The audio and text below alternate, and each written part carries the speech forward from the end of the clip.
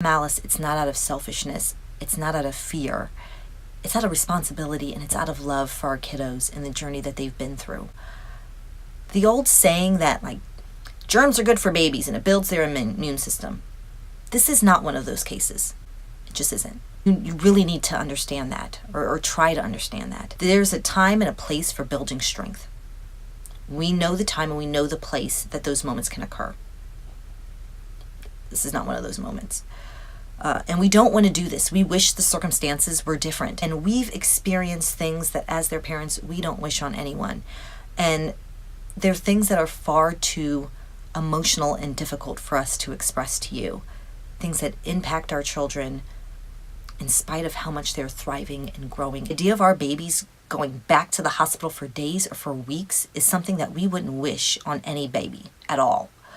And we don't want our babies to have to endure people pricking them in cold hospital rooms and people with gowns on and breathing issues and things that could impact them far beyond this season. We don't want our children to endure repercussions that will last much longer than the party we missed or the visitation of you coming over for one evening. The guilt we would carry if we impacted our child's life negatively because someone wanted to visit or because we really wanted to go to that particular event is not worth it. It's just not worth it. And so what we're asking for is for you to just be respectful during this time and for you to just really be understanding during this time. We're asking for grace. We're asking for you to be a source of support and not pressure. We wish we didn't have to do this. I can't express to you enough. We wish we didn't have to be this way.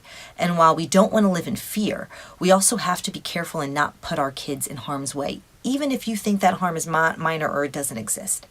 It's because it's not fun for us. Call and text us. We're lonely. It's hard missing out on these things. It can be very, very isolating during this season. We're already trying to manage this as best as we can. We want to advocate for our kids, but we also don't want to stop them from living their lives, right? And so we're trying to balance that out. And the last thing we need is somebody injecting their opinions and their judgment on us when it's already a hard season to begin with. Help empower us, help encourage us, let us know that we're doing a good job, even if you may not necessarily agree with all the ways that we're doing that. We're their parents. We need to advocate for them as best as we need to. We love you. It's 100% not personal. We also just love our little ones who needs a little bit more guidance and care and protection right now. Can you give them a hug? Can you send them a text and tell them they're doing a good job? Can we be encouraging instead of micromanaging the ways that you feel like they should be doing certain things? Every parent's journey is different, and that parent is uniquely designed to be the parent of that uniquely designed child. Thank you for watching this all the way through if you did. We appreciate it.